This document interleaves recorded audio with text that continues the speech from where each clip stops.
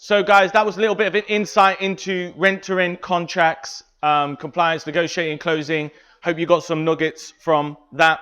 So what we're going to do next is we're going to do something special. Who knows my boy Kofi in the house? Who spoke to Kofi last night? Okay, so let me tell you a story about Kofi before we welcome him onto the stage. When Kofi came to me a couple years ago, he'd been made redundant twice in 6 months from a 6-figure city job working around the corner. But we use the term golden handcuffs. And he felt like he wanted to build his own thing. You know what I mean? If it's going to make anybody rich, might as well make himself rich, right? And I'm so proud of what he's achieved. He's gone on to replace that 6-figure salary. Say yeah. And way beyond. So what I want everybody to do, we're gonna just we're not gonna stand up.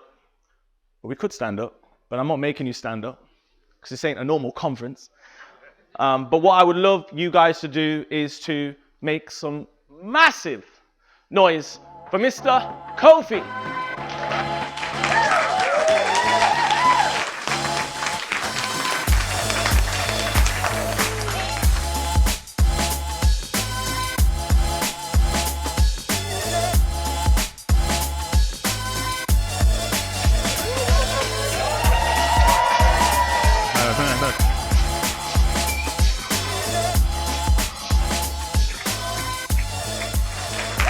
Yes, London, what are you telling me? How we doing, guys? Yeah, having a good time? Got loads of value yesterday? Good. All my East Londoners in the house. West London? North London? There's a bit of North, South? Yes! South side. The water's different in South London, yeah? South side of the river. All the people from outside London, give me some love. Yeah. Fantastic, man. I feel so privileged to be here connecting with so many of you that I've spoken to over the last year or so. So it's fantastic to see so many faces. And we're going to get into it today. Replacing a 6-figure income through rent to rent. The power of rent to rent 2.0 has changed my life. And it's changed so many people's lives. So I'm going to get into it. It's great being in the city. It brings back so many memories. As Simon said, I've worked in the city. I've worked in the city since 2013. Just about 5 minutes away, opposite the Gherkin. I started my city life working there from 2013. All right, loved it, gassed.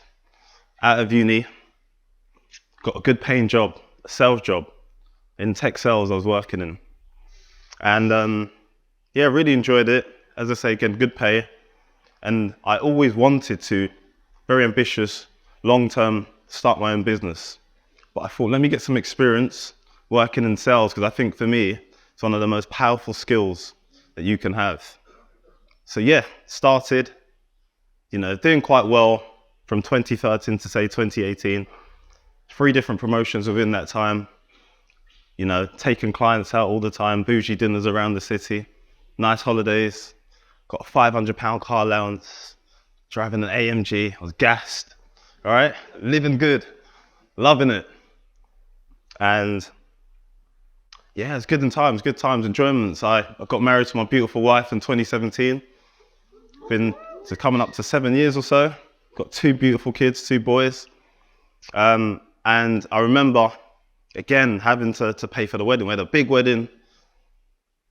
From a Ghanaian background, so as you can imagine, right, 300-400 people at the wedding, to pay for a lot. Then big kind of honeymoon, Seychelles, did it big, 4 seasons, everything, yeah? Living life. It's good, loving it. And I remember, as I came back, I was due to get a promotion, right? Due to get promotion. And came back, got the promotion, but I didn't get the money that I was expecting. And it proper deflated me. Proper deflated me. Had no motivation for that job anymore. And I remember getting opportunities for other jobs.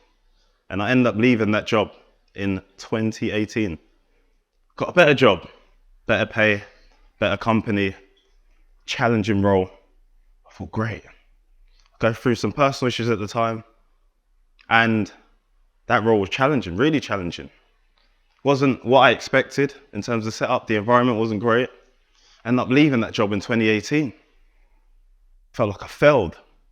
I didn't achieve after all that achievement. It was really tough. And it's not until later on I reflected how much it impacted my confidence. Lacking in a lot of confidence. And I didn't rush into work straight away. Thankfully, I had quite a bit of money, so I could take time to figure out what I wanted to do. Took some time out, looking at all different ventures. As I mentioned before, I set an ambitious goal at 20 that by the time I was 30, I wanted to retire. And when I say retirement, what retirement meant to me at that time was not working for anyone. So 2018, I'm looking at different things I could do that Simon mentioned: drop shipping, network marketing, trading, done all that, everything. And didn't really find anything that stuck at the time. Money was running down, as you can imagine, right? Months have gone. So I start looking for another job, but not really getting much in terms of what I wanted. Not really getting much at all. I ended up taking a job with a company I didn't really want, but it's probably good that I took it at the time just because COVID hit not long after, right? So that job security was probably quite good. Took that job, started well. It was lower salary, it wasn't as good, but still decent. And then toxicity started. Anyone who's worked in sales will know some of the environments are really tough, right? And there's not a great environment. And I stuck it out. I was still doing things on the side, but probably didn't have the right mindset to be successful in those things. So COVID hits, and 2020, I was turning 30, right? Remember I said I had the ambition to sack my boss by the time I was 30. I was nowhere near it. And also, I remember just approaching that year in January, I just felt very unfulfilled because I had big plans and I was nowhere near there. I felt really, really unfulfilled. I felt low, I felt sad. And work wasn't great, the environment was toxic. And just to give you an idea of that, I had probably a team of 10, about 5 or 6 people have gone on sick leave, right? Because it was that toxic in the environment. The leadership wasn't good at all. So I ended up leaving that job in May 2020, just after I turned 30. Took some time out again, and then struggled again to find a job, right? And usually I was getting thrown jobs, struggled. I was like to the missus, yeah, no worries, I'll get a job within X amount of time, be fine, don't worry. I don't usually worry about it. I started panicking a bit, struggling to find a job, right? For months, looking. Within this time, I'd looked at property, probably in 2018, but I was doing other things at the time, so I didn't have the time to commit to that. I'd gone to one of those £1 days you guys might have known about. I didn't run to the back of the room like Simon. And I was always interested and knew that I was going to do it. And I remember reaching out to a couple of people that I thought, that I could get mentorship from. Simon was one of them, and there was another gentleman, but I didn't have the funds at the time to be able to do anything. So, continue looking for a job, get a dream job, new startup company doing very well. They're giving you all kinds of things, MacBooks, like unlimited leave, American company, really, really good. I get the job and I'm like, thank God, because I was struggling to find anything, right? And then, I think within 3 months, got made redundant. I can't catch a break. It's tough. Got made redundant. But it's great because I got this massive payout. Even though I'd been there such a short time, I got a good payout. And, I'd written down that I need to find a mentor, right? And then I remember speaking to Simon probably I think it was the January or just before that year. So I reached back out to Simon, told him the situation. He said, let's get to work. All right? So we got to work. Started looking, got loads of rejection again. Anyone who knows, so obviously you're going to knock on landlords' doors and getting loads of rejection. I've told people about the first time I went for a viewing, didn't even get in the house. All right, I got booted out. He was angry, he was cross. He was like, Kofi, I wish you had told me. I I've had loads of offers for this stuff, right? So it's tough, loads of rejection. It's all part of it. And I managed to got first deal, I think after 2 months. Money was running out again, right? And my wife was also expecting, and I needed a new job also, I needed money again. Managed to find another job, got the first deal up and running, had the kid. It's a crazy time, really busy, really crazy. Said to Sai, I need to take some time out. Just need to stabilize, right? New job, etc., etc. Then I said, we'll get started again in January. February came that year, got made redundant again. You wouldn't believe it. I was actually thankful. I was like, yes. So yes, I love this game. It's contracting, right? I thought, what am I going to do now? Got the one deal, decent pipeline. Who's watched Wolf of Wall Street? Do you remember the scene when Leonardo DiCaprio is like about to leave? And then he turns around and says what? I'm not leaving. Mine was, I'm not going back. I'm not going back. Simon said it, rat race, right?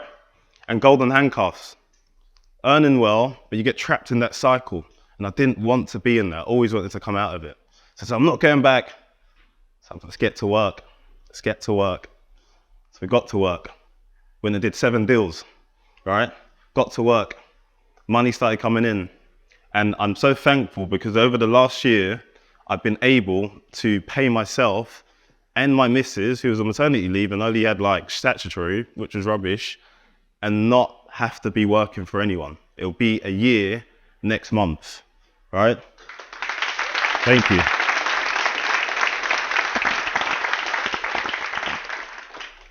And I have to sometimes pinch myself at the fact that's the situation. I'm not where I want to be, but I'm on that destination. And the key for me was time freedom. I've always said I wanted to win back my time. Because even though I was earning well, just to give you an example of that, I was on a package of 180K, right? It's good earnings, but they work you hard. So you might have the money, but you don't have the time freedom. And I've got 2 boys I want to invest time into, right? So that is my why. I want to win back my time and I want to leave a legacy of wealth for the next generation. So Rent to Rent's been able to do that. Been able to build up a decent portfolio, 2 more deals agreed, and a very healthy pipeline for next year. So that was starting off, we're about to scale big. And I want to talk you through how I was able to do that in this big town we call London. Who wants to find out how we can make success of that in London? Say aye. Let's go, let's get into it. So big problems in London, specific. Key things, high rent. We've got M&A, how much are you paying M&A for one of your rents? 5K and 4K. London rents, right? Yeah, it's like, yeah, it's high. Then we've got competition, right? We've got competition from guests, other operators, and then we've got the 90-day rule. Who's scared of the 90-day rule? Who wants to find out how we can overcome it? Come on. Cool. So again, a 2-bed you can get at 2.5 or 2.8, and right now, as you probably know, the market is inflated. So you've got high rents, right? So how do we overcome those things? You've also got deposits we potentially have to pay. So typically a deal in London, you're probably looking at 10 to 12K, all in. All in to start off with. It's expensive. High rents, high deposits. So how do we get around this? Well, the solution to that is the fact that whilst it might be high rent, right, you can charge that very well. So I like to go at a 10%. So if it's a 5K in terms of rent that you're paying, then I like to look at if I can get on the £500 average daily rate. And that will work out well. So you've got to not just focus on the high rent, but you've got to focus that London's a high demand area. So you can demand high rent. I know someone who's based in Wembley, and during the Euros, they're able to charge out about £1,300 for one night. For one night. It's real, right? It's very, very real. The location's key. I know I've got one place that's actually very close to Lord's Cricket Ground. When the 2020 is on, prices go high up. And there's pricing tools that you can use to be able to do that automatically. So, London's not seasonal, and that's the power of it. So some of the seaside towns and some of the places in the UK, right, it's maybe 3 months within the year. The beauty of London is that most of the year round, there's high demand. Now, when we think about service accommodation, it isn't just Airbnb. It's not just people coming over for tourists. There's loads of different reasons, and you have to tap into that market. So you need to understand, right, what your customer avatar is, who's coming in and who you're going to cater to. Now, as I mentioned before, whilst you might charge high rent, you can charge high on the average nightly rates. And I think one of the key things I've been able to do is forecast ahead of time. So if I'm taking a property on in August, I know the low seasons are typically November, Jan, Feb. So I need to forecast well in terms of, have I got enough coverage, right? Have you got enough coverage? And don't spend it all as well. Don't spend it all. Sourcing. Has anyone tried to source a deal and the landlord's been pitched by 10 other people? Right? It's high competition. Everyone's looking for deals in London. Loads of operators, loads. So you've got to stand out. How can you stand out? You need to be credible. Everyone's gone on YouTube, right? And everyone's guaranteeing rent. Don't say that. Don't say you're going to guarantee rent. You're a new business, you're starting up. How are you going to guarantee rent? You can't, right? So you've got to be careful of the words that you use. Don't use the word rent to rent. All right? Corporate let. Relocation specialist. You've got to know how to position yourself. You've also got to be credible in the way that you position the opportunity, right? Lead with value. When we did Simon's in the role play yesterday, and I can't remember which one it was, it's all about trying to understand the pain, right? And once you understand the pain, I can't remember who it was, they got to the pain that the landlord didn't care about all those other bits. What they really cared about was they wanted X amount of money. I think we've got Sammy here. Sammy's up in the place somewhere. Yeah, you there, Sammy? Sammy's just secured the deal. Can we give him a round of applause? On the 90-day course, and he's smashing it. Sammy, the deal Sammy secured, again, the important thing for this landlord was the fact that he could be there every month to water, what is it, a plant or something? A vine. A grapevine, isn't it? It's mad. He doesn't care about the rent and all these other bits. But Sammy wouldn't have known that if he didn't understand the pain and motivation, right? So that's how you stand out. You try and find the pain and the motivation. You don't just go in there trying to get what you want. What's important to the landlord? Lead with value. It's massively important. That's how you stand out. Because all the others are going in there and just saying, I'll guarantee your rent. Hey, don't do that. Don't do that. So how do you compete for guests? You've got to stand out, right? You've got to stand out. You've got to move from just people paying to be able to stay at your place to giving people a real experience, right? Anyone books, call them up straight away. How you doing? Thanks for booking with us. What's the purpose of your stay? Is there any way I can cater to that? Right? Give them a real experience. You've got to give them a real experience. That's how you stand out from the crowd. Because every Tom, Dick and Harry is doing this. It's a great strategy. It's a great cash flow strategy. The 90-day rule. The good stuff. How do we get around this? So as you can see on the board, if you're in London, you cannot let out a property for more than 90 days. And that consists of nights and consecutive nights. So everyone's like, how can we make this work in London? I had that same question. I remember speaking to Simon when someone told me about it, and I was like, oh my gosh, this ain't gonna work. So don't worry, man. Just get the deal and worry about that afterwards. All right? Go and get the deal and worry about that afterwards. No, how do we get around it? You need to focus on mid-term bookings. So mid-term bookings are anywhere from 3 to 6 months, right? But you need to be looking in the right places for those. Those can be students, can be corporate workers, construction workers. And there's great agencies that we can share with you that I use that's helped me to secure some of those bookings. I've got a friend. He's on one of these platforms and he nearly got a booking worth £358,000 for 2 months this summer. It's a big company. It needed space for 32 people. The contract was 358 grand. That's the kind of bookings, and that's the power of Rent to Rent 2.0. You're not just focusing on people staying 2 nights, 3 nights. You're focusing on big contracts and bookings. And then when you do get that, you try and build a relationship and get the relationship directly. Ala was telling me about some of the direct relationships she's got. Incredible. And she's built that up over a period of time. I've been operating for about 18 months. I've got a database of customers that I take their emails, I call and continue to market to them. So right now, where it's low season and people are struggling in Airbnb and all the rates are coming down and the deals don't stack up, right? There's no demand. If you've got the customers through the database and what you've been working, then you can fill your rooms. So that's how you stand out. You don't just do what everyone else is doing. So you can get on these agencies and you can get those midterm bookings which are going to help you to stand out much better. And that's how we get around it, right? There's construction websites where you can see different construction companies within areas and you can target them. Really powerful.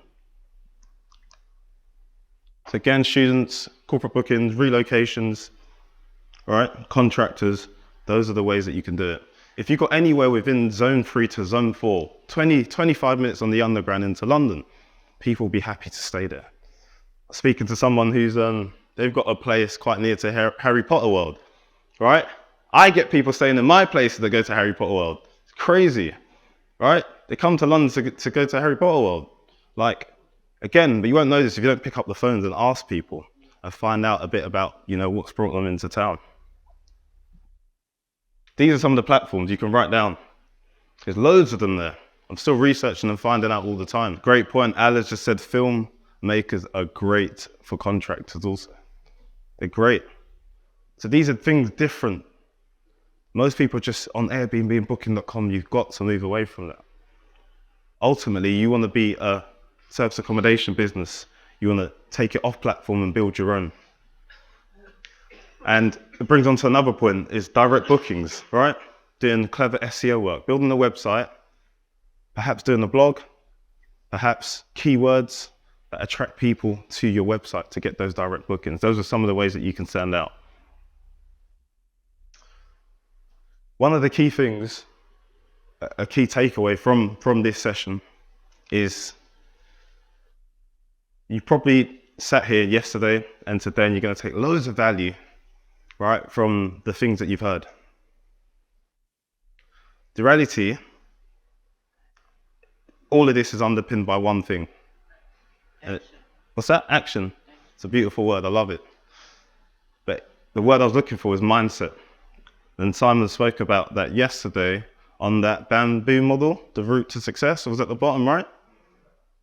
Give you all the information. But if you haven't got the right mindset, you're not going to do anything with that. And I want to get deeper into it. So talk about mindset. And if we go deeper in, the difference between people successful and unsuccessful is belief.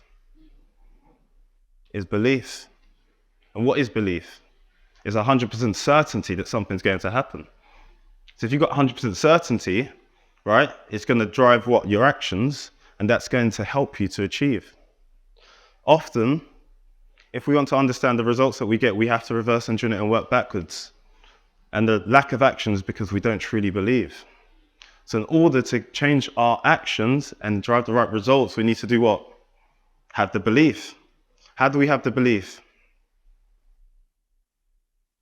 Anyone want to answer? How do we have the belief? Any thoughts? You need to have the results in your head already. You need to see the results. You need to have a vision, right? A vision to have those results. So you need to see it. Part of what I do at the start of every year is write down a vision. Right? And I want you guys to do this in excruciating detail of how I want my next year to look like. Right? And I look at that vision on a daily basis. I look at it on a daily basis. Now what that vision does, it drives what? Actions, right? Not just actions, massive actions. And massive actions are going to drive what? Massive results, right? So it's self-fulfilling. And the reverse is true, right? If you don't have a vision and belief, it's going to drive inaction. Inaction is going to drive what? Poor results, which is then going to what? Reinforce your already limiting beliefs. So the difference between successful people and unsuccessful people is just their belief. You've got to change your belief. And I lacked confidence, as I mentioned to you. I had limited beliefs. I still do. On a daily basis, I have to reframe my belief system, right? And that's done by looking at that vision of my life, right? And what I want it to be. So guys, if you take anything away from what I've shared, let it be that, right? When you go home today, I want you to write out a vision for what you want your life to look like over the next year. And I want you to do it in excruciating detail. Write the vision down, make it plain, right? Guys, that's me. I hope you've taken massive value from it.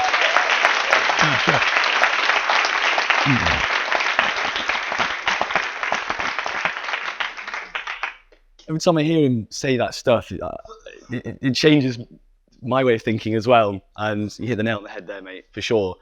So many of you have spoken to Kofi already and want to speak to him again later in the day. And there's loads of breathing space today to do that. But I thought whilst he's on stage and I've got a microphone, I might just take a few questions for Kofi from the stage. Is that okay, mate? Yeah, good. I've got a few minutes. So has anyone got a burning question? And it's not going to be I can ask everybody, but first, hands up. I've got some volunteers down here. Look at me go. Let me go. Hey Kofi, it was actually us that spoke about Harry Potter World. Yeah. Now we've got a bit of a dilemma. We've got 2 properties in Watford, both really catered to Harry Potter World. We also have an £18 billion investment going into the hospital there, so we don't know how to cater best to both worlds. So we've got Harry Potter World on one side, there's probably about 70% of our bookings, but we have this massive investment going into the hospital, and we want to provide the experience to the Harry Potter World guests, but don't want to leave out the doctors and nurses and whatever else will come. So how can we best kind of get the middle ground? Great question. And have you tried to reach out to the hospital? Yeah, we've reached out to everyone in Watford. And have you had any success? We have people coming in. We just don't want to kind of put too much decoration and stuff into one side of it and then kind of off-put the other side. Sure. Again, some of these agencies will be massive for you if you sign up to them, because I know a lot of hospitals do use them. But I would keep chipping away. Okay. Right? You've had rejection, I'm guessing, right? Which you will do. The same way you probably had rejection when you were looking for deals. I know you were active and you've done great in terms of the amount of viewings that you've done. But I would just keep chipping away at trying to secure some sort of relationship with the hospital. How close is it to your property? 2-minute walk. Yeah. So I would keep chipping away at perhaps someone in HR, right? Try and access a contact in there to try and build some sort of relationship and speak about, that you're scaling, you've got multiple properties within the area and you're looking to help, anyone that needs it within the hospital. If it's, doctors who come in for training, or equally if it's patients, family members. Okay, cool. Thank you. These guys were at their unit last night, no? Yeah, so what time? Yeah, so they left here and they had to go to their unit. That's the realities though, isn't it? Hustle. That's the hustle. We can probably fit another question in. I can see some hands. Oh, Allah's so close to me, that's lazy. Allah. Just gonna bang him. Hello. Hello. Really, really nice session, and I have to say you do inspire me, Kofi. Oh, thank you. My question is, we all know this rent-to-rent journey, and it's got ups and downs. And if you don't mind sharing, what's the worst thing happened to you during that journey, and what's the lesson that you learned from that? What's the worst thing that's happened to me? Probably like a big cancellation, and impacting that month and the next month, and it had like a domino effect. And it's cash flow is key in this business, right? As I mentioned, the forecasting. So that knocked me off course, but I feel each challenge has just made me stronger for the next challenge. So, I think Rodney was speaking about in the scale session yesterday about having 4 days to raise cash. And, previously, I've been in similar situations. I would have panicked and thought, how can I do this? But I feel more confident to be able to do something like that because I've been through it before. So I think, yeah, cash flow can be the biggest challenge at times. Even though you earn well, you have situations. I've got 2 empty units right now. It's like, damn, I've got rent to pay in 2 days, right? And then more rent to pay in a few more days, and different rents coming out, and you're constantly thinking how you're going to be able to manage this. But once you've been through that once, you grow muscle, right? And you reach out into your network, and you find a way, right? So I think each challenge is good. It makes you stronger. The challenges, for instance, I had in 2018 have made me stronger for the challenges that I have today. Thank you. Well, thanks, man. There's something really cool I want to do with you next, and it's going to take a little bit of time. So, Kofi, I'm going to have to cut you at this point, mate. But round of applause, please, for Kofi. Good. That's good one. Good.